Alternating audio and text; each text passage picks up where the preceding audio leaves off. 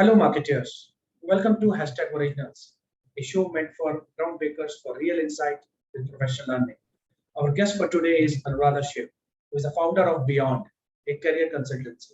In her past assignments, she has worked in the software industry for 15 years with the tech giants like Central Research Laboratory of Bharat Electronics, ABB, Tyco Security, SanDisk, and Samsung. At Beyond, she works on career guidance that includes study abroad advice, job search coaching, and training to college students and early employees. She has conducted employee related training in leading colleges like Christ, PES, and IMB. She does regular training on modern job strategies and social media leverage for a job search. Do follow her on LinkedIn and Facebook for the useful training for the young professionals. Please join me in welcoming Anuradha Shiv. How are you, ma'am? Good, Sachin ji. Thanks for having me on this interview. It's nice to talk to you and also your community. It's great to be here. Absolutely. Pleasure is ours. And since this was a very relevant topic for our young community and the students, it would be amazing to have your wisdom of knowledge for the marketing. So, thank you, sir. Great. So, starting the conversation as we have taken the topic around the career building and the interview, how one should actually prepare for an interview that does not look artificial. So first thing is we should ask ourselves why one should prepare for interviews. So many of my students say that, yes, I have attended so many interviews for this particular position and I know exactly how it works. But then I believe that it should not be a spontaneous thing to do. They have to prepare well in advance. Why? There are many reasons. Number one, you will be stressed at that moment. Number two, there is a lot of competition. The open positions are so many, maybe two or three, and maybe hundreds of people will be applying for it. So you need to stand out given the opportunity. So it's not just enough to know things. You should also know how to portray them in the right light. You should know what to highlight in particular job interview. Someone may be looking for your, your talent number A more than talent number B. So you can't have the one size fits all solution for interviews. So you should prepare and avoid many common mistakes that you may do. So that is about why to prepare for interviews. Now, let us see how you should prepare for interviews, right? So when you are preparing for interviews, research the company in advance. Why is it important? Because you care for the job and you want to show the company also that you have respect for them and you want to learn about them. And it's always a great thing to hear for employees that their future employers, to know that their future employees like to read about them, like to be abreast their latest happenings. So that is why you should research a company. So let us go on to how to research a company in the right way, right?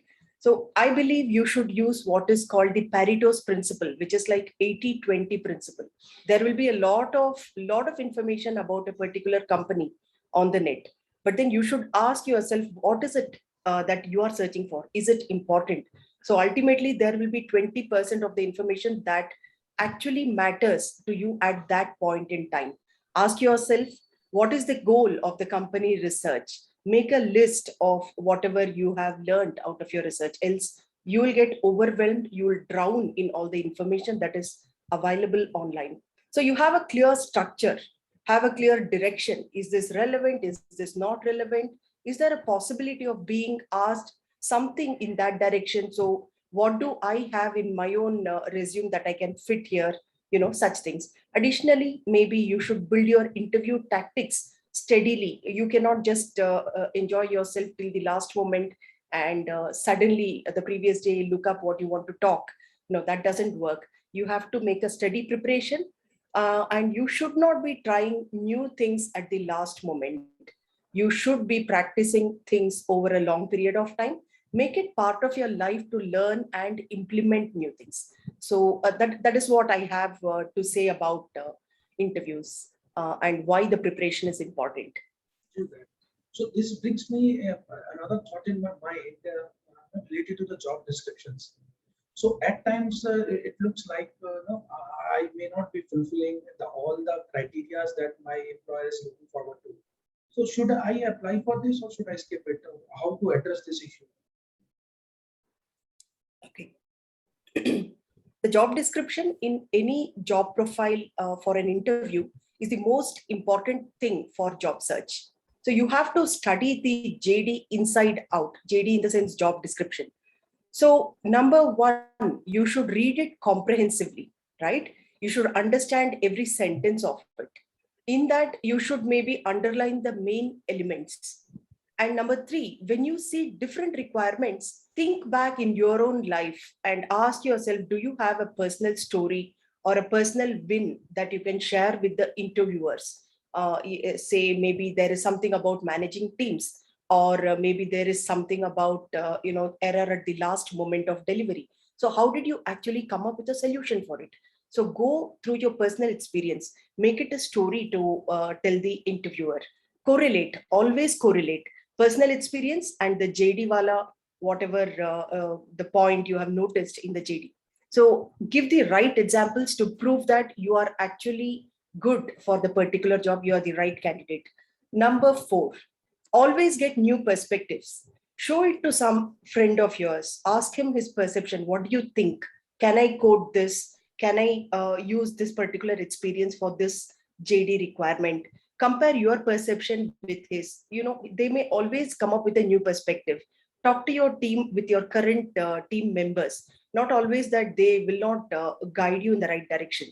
And finally, maybe you should print the JD on a paper, take it to the interview. Even before the interview, refresh your stories once again, see what you want to tell to support which part of the JD in your profile, how it matches. So why this is basically a tactic to ease interview stress, and answers are more coherent. Once you have it placed in your mind at the last moment, when you go, you are more coherent in what you're talking, and the stories will come out more presentable. After having told all this, yes, there is one question, like you said, do I have to fulfill everything in the job description? I don't think so. No one, actually, very frankly speaking, no one ever fills job description 100%. It is always there that, there are 10 job description points. You may actually be satisfying only 8, only 7. There may be 2 or 3 left out, but that's okay. You can always learn them as part of your job. So that's not a problem. So even you can try some mock interviews, you can try some insider information, like you have LinkedIn. You may actually talk with someone who is working in that company, in that team, and try to find out what is exactly their problem. Why are they actually hiring new team members? So once you know that, you will be more prepared to go and tell them, look, I did find out that you have some such scenario in your team. So I think I will be able to solve because I have so and so past experience. So I think this is the way ahead to prepare for the the interviews in general. Right. So as we were discussing about the JD and you mentioned the skill gap also.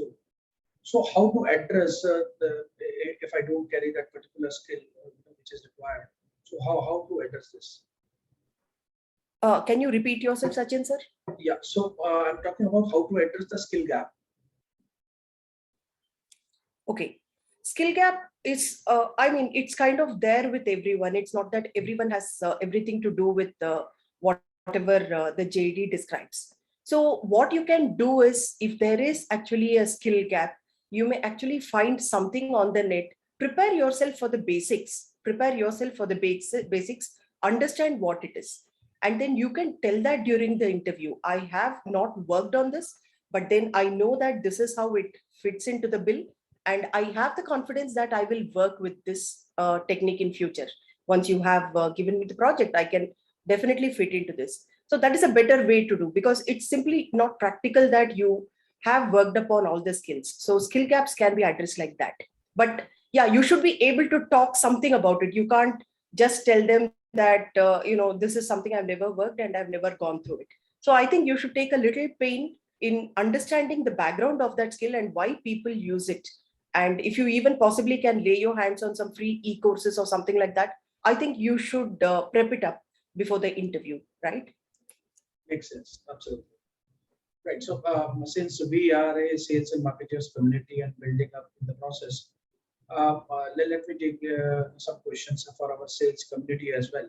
So, what makes sales an exciting career according to you? I didn't get you, sir. What makes sales an exciting career according to you? Sales, according to me, is a great career. Whenever you talk about today, the world is full of startups. So, as a founder, even myself, when I started Beyond, you have the skills that are required, the core skills to run the show. But then what is missing here is the sales skills. So I believe that every founder, when they start a company, it's very important that they should have basic minimum sales and marketing skills. I think it's the most exciting one. If it is not available in a person, in a founder, I believe that his starting up goes a waste, and within a few days it may not be existing anymore. So sales is one of the first skills that anyone starting up or anyone trying to get a job in a startup, it's a great skill to have. So, according to you, so what actually a company looks in a candidate? Okay.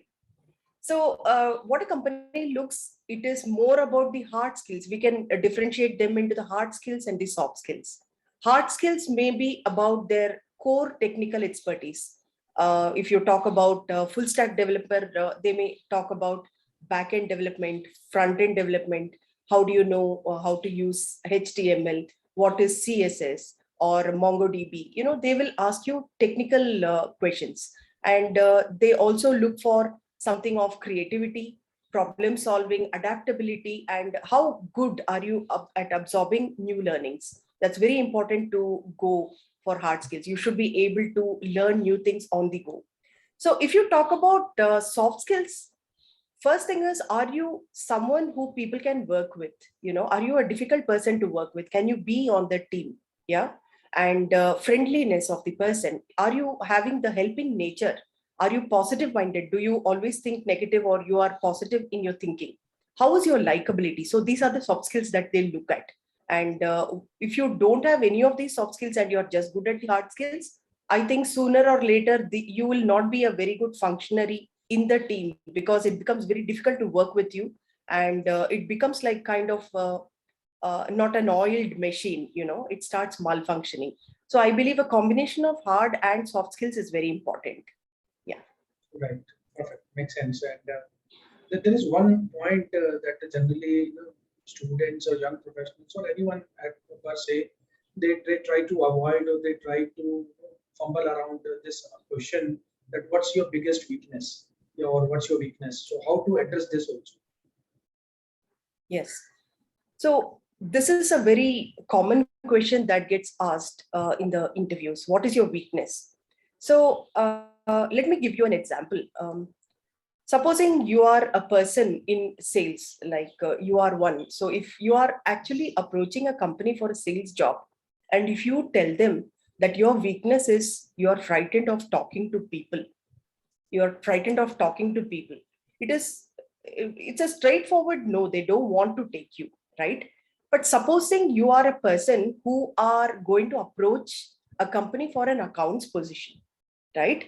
So you are good with numbers. You are very clear about how you should be perfect with your numbers, not make mistakes. Those things are very important for accountants. But supposing you are not a great presenter, you feel frightened to present to more than 30 people in a room. So that may be actually something of a weakness that they can overlook. So they can actually, if you are an accountant, then you can tell, yes, I am good with all this, but there is a weakness that I am always having to deal with. And it is that I cannot present to a people filled with 30 to 50 people. So this happens, then they definitely know that this man we are hiring for accounts. So there is no reason that we expect him to go stand on the stage and talk in front of so many people. So that is an overlookable mistake. So you should be honest when you're talking about weakness. You should not. There are some people who tell they will actually dress up their strength in the form of weakness. Like, for example, I'm so punctual that I lose friends because I expect them to be punctual. Or, I am so perfect that sometimes people dislike me because I'm perfect. This is dressing up a weakness as a strength as weakness. You should never do it. You should tell exactly a weakness that you have. And that weakness, I would suggest, must not be directly hitting your JD. It should be something outside your JD, and they should still see it is not very important for this person to have that. Yeah. Perfect. This is something wonderful. So coming to our last leg of the discussion, so what we should avoid during an interview, I think this is something also we should understand. So if you can share Yes. more about it. So one thing is you should talk only pertinent to what is asked, not over display your enthusiasm or criticism. So one of the first things is, one of the best things I want to quote here is, never talk about your ex company or ex boss. We know that the biggest reason in this world people want to quit a job is their immediate boss. Is their immediate boss, definitely. But still, I would suggest that you don't go out and put it there telling, I hated my boss and he didn't give me the real hike or he didn't give me the promotion. I just wanted to run away from him. The company was good, but he was bad. This is something people tell. You should never tell that. Why? There is a lot of relevance to this. The world is a very, very small place. You never know, you will meet him in your new job as your new boss. You never know that. He may also be applying to that. No one makes it public. And the other thing is, maybe he will turn up as one of the vendors who is sitting on the other side of the table when you're negotiating in your new position. That also may be true. Or many different things. It may so happen that this person you get to meet in a different avatar later in life, and he definitely remembers that you must have told something, and the word gets around quickly. So it's always better that you put your past behind, move on, and just look at the positives, and just tell what the learnings you got from the ex company. That's about it. So yeah, that is my advice about. Yeah. Lovely, lovely, and it's been a great conversation with you. Anything your last advice as a wrap up of this show would like to share? Thank you, Sachin. Yeah. So any advice that you would like to share? That's about it. I mainly have shared things about job search and interviewing skills. They have to be prepared. And yes, I do conduct regular job interview related workshops. And college students do find it interesting and insightful. So I would like to invite you to be part of my community, and let me help you with your job interviews and job search in general. That's about it. Thank you. Perfect. So thank you so much, Anuradha, for being with us today, and dear community members. I'm sure the concept that we took today was a very pertinent and relevant one, because nowadays, because after the COVID, the openings have been opened up, and I am sure you must be looking forward for some kind of a change. So this episode will surely help us to prepare for the things that you are looking forward in your next job. Till then, signing you out for today. Thank you so much, Anuradha, for giving us today. Thank you. Thanks a lot, Satyan. Thank you.